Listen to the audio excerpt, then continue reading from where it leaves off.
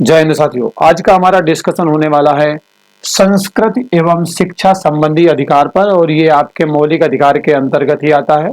अगर संस्कृत एवं शिक्षा संबंधी अधिकार की बात करें तो ये आपको अनुच्छेद 29 और 30 में देखने को मिलेंगे।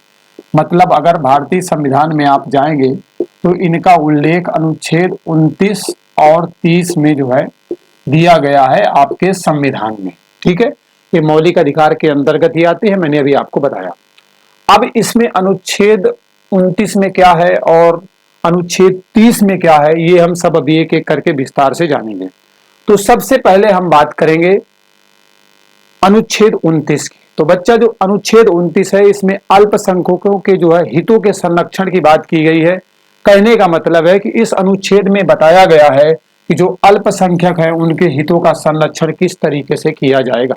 कहने का मतलब है कि कोई भी अल्पसंख्यक वर्ग हो, वो अपनी भाषा, लिपि, संस्कृति को सुरक्षित रखने के लिए, सुरक्षित बनाए रखने के लिए काम कर सकता है। अगर बात करें केवल भाषा के आधार पर या फिर किसी जाति विशेष के आधार पर या फिर धर्म के आधार पर या फिर किसी संस्कृति के आधार पर ही क्यों न हो, किसी भी सरकारी शैक्षिक संस्थान में आप अल्पसंख्यक वर्ग के किसी भी बंदे या बंदी को, मतलब बच्चे या बच्ची को प्रवेश से रोक नहीं सकते। कहने का मतलब ये है। ठीक है, तो अल्पसंख्यक के हितों का संरक्षण आपको जो है अनुच्छेद 29 में मिलेगा। इसमें जाति के आधार पर, भाषा के आधार पर किसी भी दशा में आप क्या करेंगे, कोई सरकारी संस्थान है वहां पर प्रवेश से आप रोक नहीं सकते किसी भी बच्चे या बच्ची को। ठीक, पहली बात तो ये।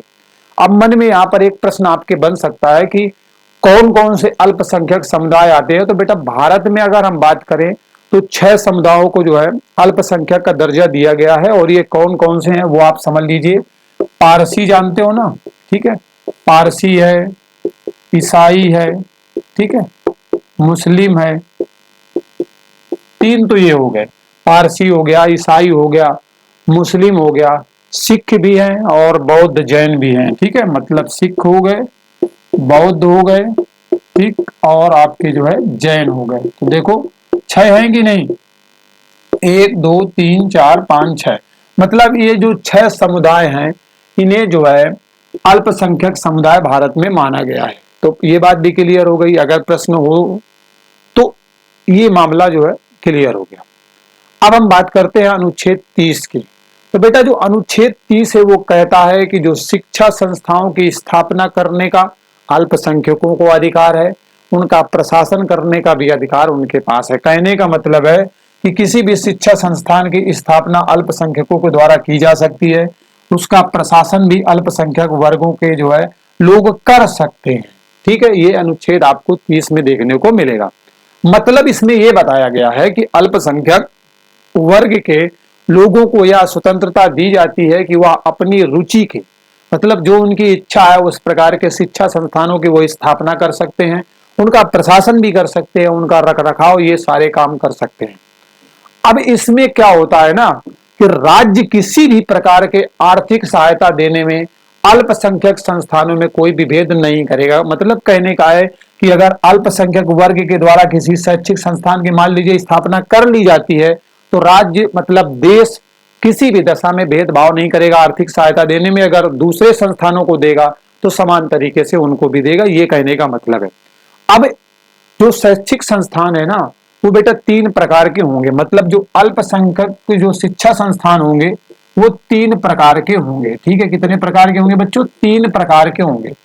पहले नंबर वाले होंगे आर्थिक सहायता प्राप्त करने वाले और मान्यता लेने वाले। मतलब ऐसे संस्थान जिन्हें आर्थिक सहायता भी मिलती है, ठीक है, आर्थिक सहायता भी मिलती है और उन्होंने मान्यता भी ले रखी है सरकार से। मतलब ये इस प्रकार के पहले कैटेगरी में आ गए।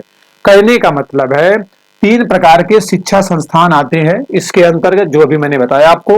तो पहला है कि आर्थिक सहायता लेने वाले, सरकार से आर्थिक सहायता भी लेते हैं, मान्यता भी ले रखी है, ऐसे संस्थान आते हैं।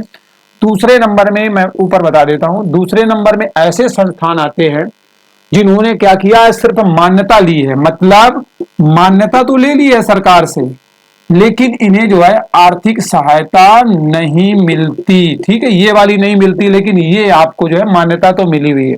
दूसरे कैटेगरी के इस तरीके के संस्थान है जो अल्पसंख्यक वर्ग के लोगों के द्वारा खोले गए हैं। और तीसरे नंबर वाले संस्थान बेटा इस तरीके के हैं, ना उन्होंने मान्यता ली है, ठीक है। तीसरे नंबर के संस्थान कैसे हैं, जिन्होंने जो है राज्य से मान्यता भी नहीं ली है और सहायता भी नहीं लेते, मान्यता भी नहीं लेते और सहायता राशि भी नहीं लेते, दोनों नहीं लेते हैं। मतलब कुछ ऐसे शैक्षिक संस्थान भी है जो मान्यता प्राप्त भी नहीं है और सरकार से सहायता भी नहीं लेते। तो तीन कैटेगरी के जो है संस्थानों की स्थापना अल्पसंख्यक वर्ग के लोग कर सकते हैं। तो इतनी सी बातें थी जो आपको समझना जरूरी था, और ये आपके संस्कृति एवं शिक्षा संबंधी अधिकार जो कि एक मौलिक अधिकार है इसके अंतर्गत। तो विशेष करके एक चीज आपने देखी कि यहाँ पर जो है संस्कृत एवं शिक्षा संबंधी अधिकार में अल्पसंख्यक वर्ग को ही टारगेट किया गया है। ये जो आपके 6 अल्पसंख्यक समुदाय हैं उनके हितों को ध्यान में रख करके जो है यहाँ पर इन्हीं के बारे में इनको जो है सुरक्षा देने का काम किया गया। तो वीडियो कैसा लगा, वीडियो कैसा लगा, ठीक है। साथ ही साथ बनने की मेहनत कमेंट करके बताइए। मिलते हैं अगले वीडियो में एक नए अपडेट के साथ, तब तक के लिए बाय बाय, टेक केयर, जय हिंद।